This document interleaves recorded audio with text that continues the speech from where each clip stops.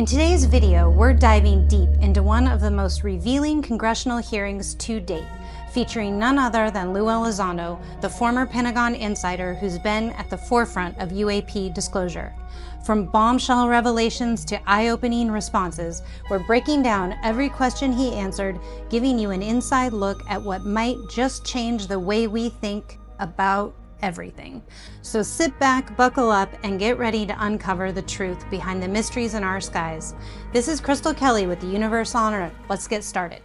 All right. Okay, Mr. Elizondo, you state in your testimony that, quote, advanced technologies not by our government or any other government are monitoring sensitive military installations around the globe, end quote. If these technologies are not made by any government, who's making them? Private companies, or are you implying they are crafted by a non-human intelligence? Well, ma'am, that's precisely why we're here. The problem is that, temporally speaking, over decades, not just the last 10 years, to put this in perspective, are these private companies you're implying, or is this non-human intelligence? It may be both. Okay. When it comes to Blue Force Technologies, I would not be able to discuss. Okay.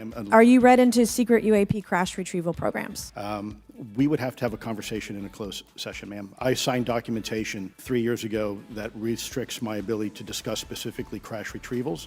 I submitted for my book through the DOPSR process, which took a year for it to be reviewed. And what is in the book is what I was told I'm allowed to talk about. Has the government conducted secret UAP crash retrieval programs, yes or no? Yes. Okay. Were they designed to identify and reverse engineer alien craft, yes or no? Yes. Do any U.S. contractors have the same? I would prefer to address that in a closed session, ma'am. Okay. In your book, you mentioned government employees who've been injured by UAPs, placed on leave, and receiving government compensation for their injuries. Is that correct? That is correct. How can the government deny we have recovered craft if they're paying people because they've been injured by recovered craft? Ma'am, that's a great question. That's why I think we're here again, because I've seen the documentation by the U.S. government for several of these individuals who have sustained injuries as a result of a UAP incident. It's a crazy idea, right? The hypocrisy and the logic. Mr. Elizondo, I'm a recovering lawyer, so I'm going to put my hat on for a second. You said you signed a document. Love that. Who gave that to you? The U.S. government, sir. Okay, you have a copy of it? It is stored in a SCIF right now. I do not have possession of it. The U.S. government does. What department of the U.S. government gave you this document? I will say the Department of Defense. Unfortunately, I can't say in this forum much more than that. You specifically said the document said you can't talk about crash retrieval. Well, you can't talk about Fight Club if there's no Fight Club. Correct. Okay, I'm just making an observation. Yes, sir. So that document that you signed, that you said exists, specifically said you can't talk about crash retrieval. Correct, sir. It was a limitation on because already I'd been speaking publicly about the topic, and so the document said you can continue saying X, Y, Z, but you cannot discuss the topic. When you of crash give retrievals. me the atmosphere of signing this document. You're in a room by yourself? I'm in a SCIF with a security officer, sir. Just one-on-one? Anybody else? There may have been an assistant as well. It was in a SCIF within a Department of Defense facility. Give me your background real quick. My background is I went to school to study microbiology and immunology, entered into the U.S. Army, and after a very short stint in military intelligence, I became a counterintelligence special agent. As a civilian, later on I became a special agent in charge, running investigations in counterterrorism and counterespionage primarily, with some experience in counterinsurgency and counternarcotics. And then in 2009 timeframe, when I came back to the Pentagon after a tour with the Director of National Intelligence, I quickly became part of a program that was originally called OSSAP that evolved into the program now called ATIP, which is where those videos that we now see, Go Fast, Gimbal, the FLIR, that was part of our effort, sir. Right, so you're not some conspiracy theorist. You actually have a legitimate background. Well, sir, I'm certainly not a conspiracy theorist. So when you're in this room, I want to paint the picture of everybody. You're in this room, you're by yourself, you're in a SCIF, you're handed a document. How long is the document? It's about a page front and back. So basically you have some things they call trigraphs, which I cannot, again, talk about. How long were you given to sign the document? As long as I needed, sir. And what if you didn't sign? Well, I suspect there'd be repercussions. I wouldn't have access to certain information. Were you allowed to ask a lawyer, or weren't allowed to ask for a lawyer to review the document? It wasn't an option, but they probably wouldn't have allowed me to, because the document itself was pretty explicit about you have to be putting me in an interest. Let me try to thread the needle here. There are certain documents that we have in the U.S. government that allow people to have access to certain programs, whether it's a special, and I'm going to be very generic here, whether it's a special access program or a controlled access program, SAP, CAP, whatnot. How many people have to sign that document? It depends how many people are going to get access to the information, sir. Okay. You're familiar with the recent drone incursion over Langley Air Force Base? Yes, sir. The owners of these drones remain unclear. The U.S. military has not been able to give us in Congress an answer. Given your experience with the Department of Defense and the intelligence community, how frequently are UAP sightings sightings over military installations. And secondly, hypothetically, you could have incursions over just, say, regular airports. Is it obvious these incursions are more likely over military facilities than just a random airport out there? Yes, sir. There's definitely enough data to suggest that there is certainly some sort of relationship between sensitive U.S. military installations, also some of our nuclear equities, and also some of our Department of Energy sites. There is a long historical record that some of your colleagues may have, documentation that demonstrates this. This is not a new trend. This has been going on for decades. That information has been obfuscated, unfortunately, from folks like you in the committee. And I think that's problematic because ultimately, at the end of the day, we have a significant situation here. We have something that can enter into U.S. airspace completely with no attribution. And how long has this been going on? Sir, decades. And there's information that will hopefully be entered into the record. Can you think of any possible reason why they can't release any information they have on something, say, 15 or 20 years old? Sir, if I could echo my colleague here, Admiral Gallaudet, I think one of the big issues that we have in the intelligence community, Department of Defense, is we don't want to broadcast any potential vulnerabilities or weaknesses in our national defense systems or on intelligence collection platforms. Therefore, when you have a conversation where you address a problem for which there is no solution, it makes that a very uncomfortable conversation to have.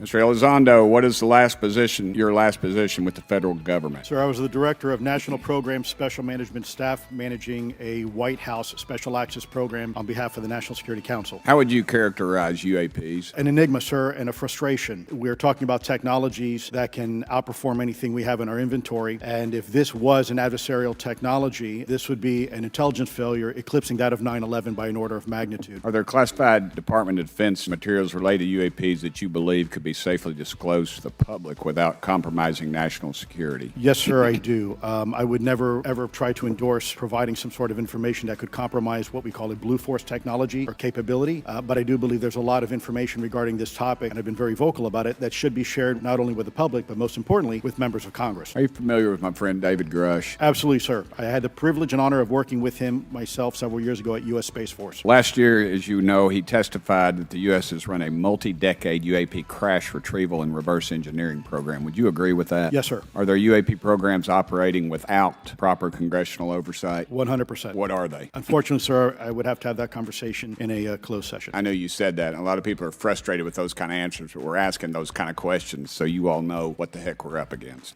You also mentioned in your opening statement that the Pentagon's Public Affairs Office employs a psychological operations officer as a singular point of contact for UAP-related inquiries. Why the heck would they do that? Sir, that's a great question. I would ask the Pentagon. There's a long history here of that individual providing misleading and false information to the public through various news outlets and media outlets in order to discredit this topic. I've personally been victim to it. We have the documentation to substantiate where this information has been absolutely inaccurate, that has been provided time and time again, and it turns out that that individual was also working with former leadership of Aero at the time as well.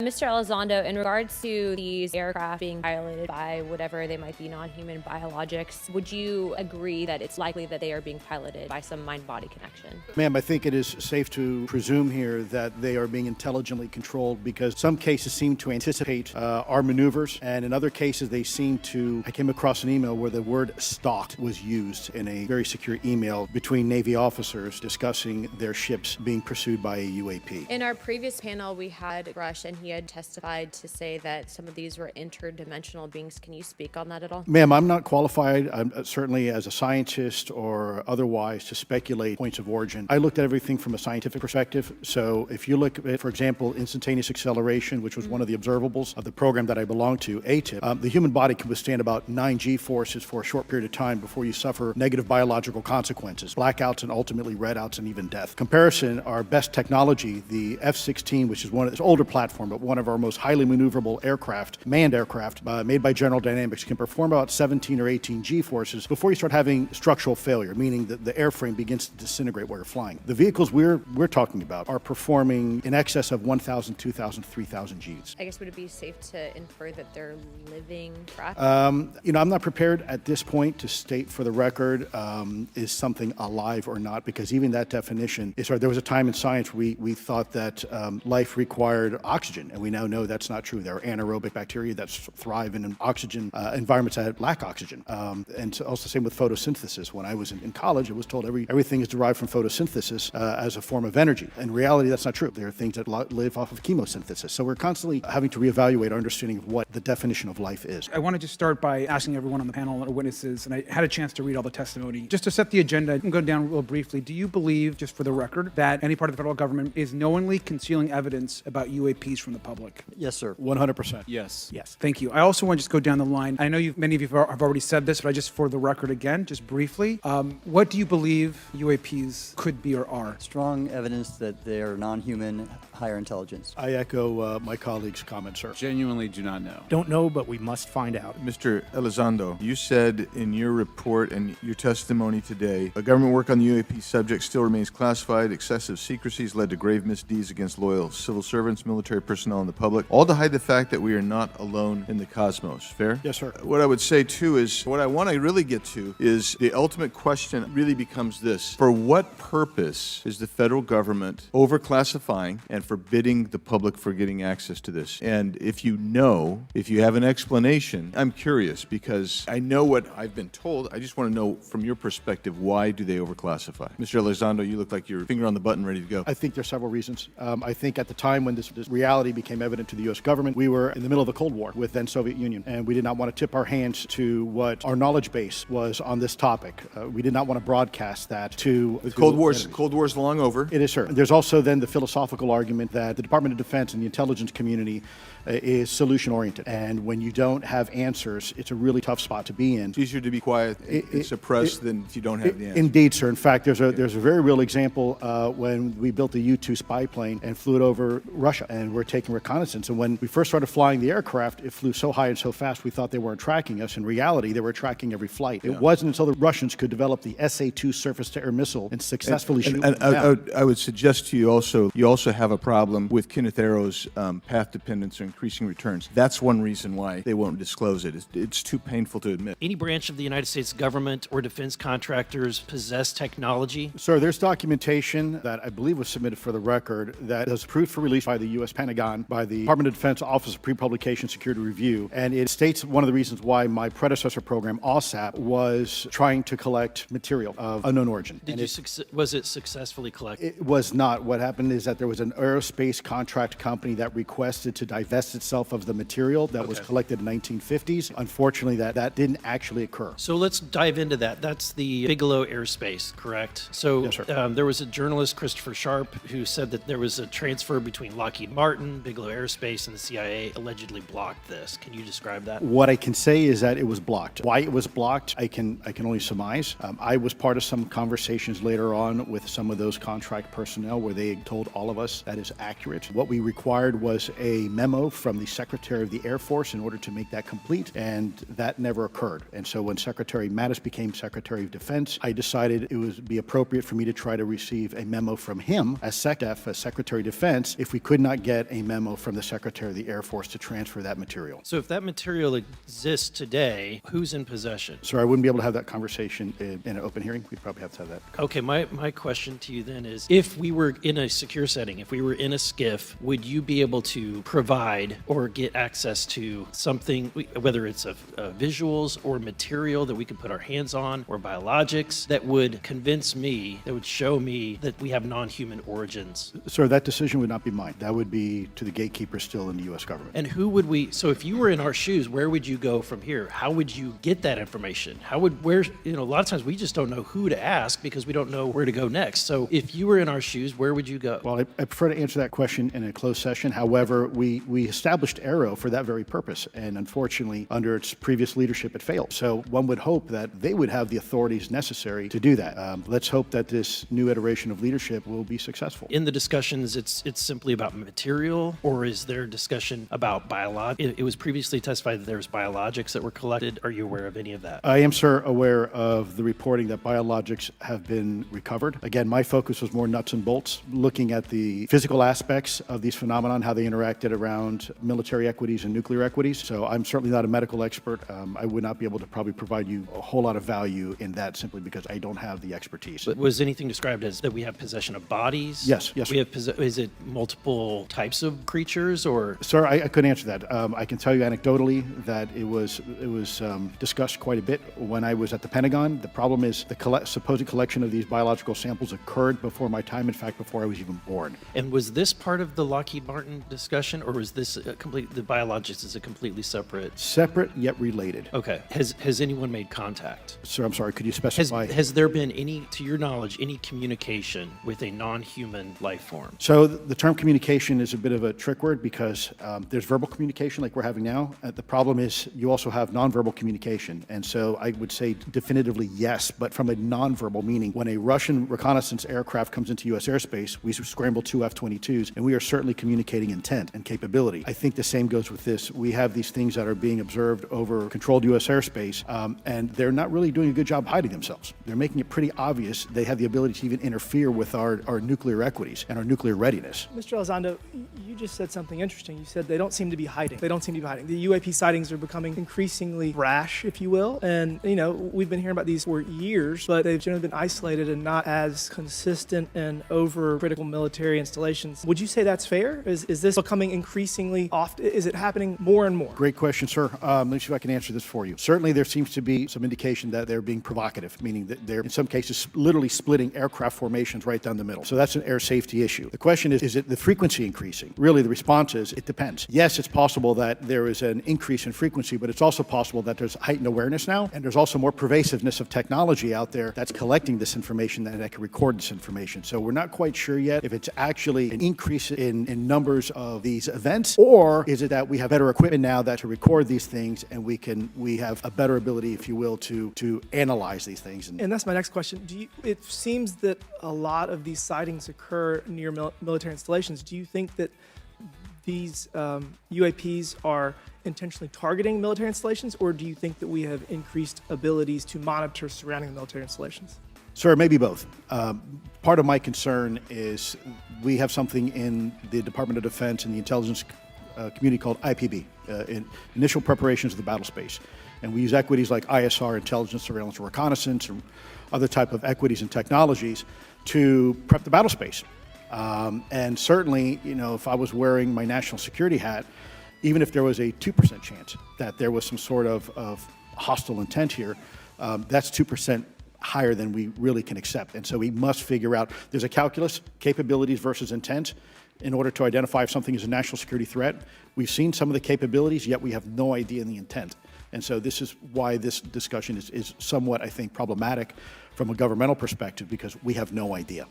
Sure, thank you. Mr. Elizondo, were you read into the Immaculate Constellation program? I would not be authorized to confirm nor deny the existence of any ongoing or past program, especially as it relates to a special access program, either by name or trigraph. Okay, and then does the U.S. government or private contractors, do they work with other foreign countries, China, for example, to exchange data, quote, from a source, that intelligence data about UAP? Let me see if I can answer that a little bit more generally, ma'am, if I may. We do have foreign material exploitation programs. That is something that is widely known, and that term itself is unclassified. How exactly that works becomes a bit sensitive. A discussion we could certainly have in a closed session if you like. We do work with international partners and allies quite often, not just in military exercises and workups, but in other intelligence efforts as well. In terms of material that's given to private contractors, is certain material given to certain contractors because of their experience? So, for example, if it's related to submerged and undersea propulsion, would it go to a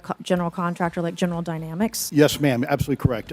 Different contractors have different levels of expertise. What's Lockheed's expertise? Aerospace, ma'am. In the UAP space, that's all. They wouldn't do submerged. No, I didn't say that, ma'am. Okay. Lockheed Martin and others do quite a bit of work both in our atmosphere, in space, and even underwater. There are certain efforts to. It's a tough question you're asking. You put me on the spot here. I'm looking for the answer. Yes, ma'am. No, they are involved in a lot. I would rather let Lockheed Martin explain the different domains that they are involved with. I am not authorized to discuss that, but they are involved in a lot of different areas and domains. Mr. Elizondo, based on your knowledge of UAP sighting, do you believe it's fair to say they're especially common near nuclear sites? Yes, sir.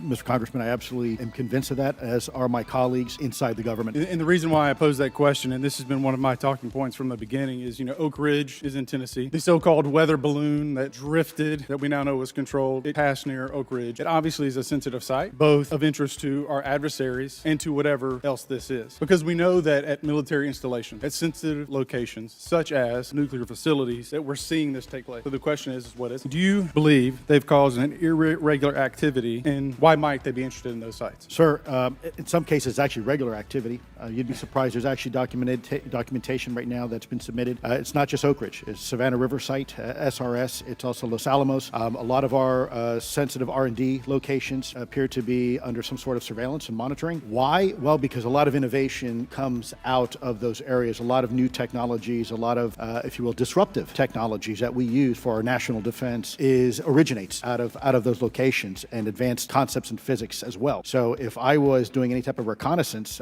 even on a foreign adversary, that's a great target to start with.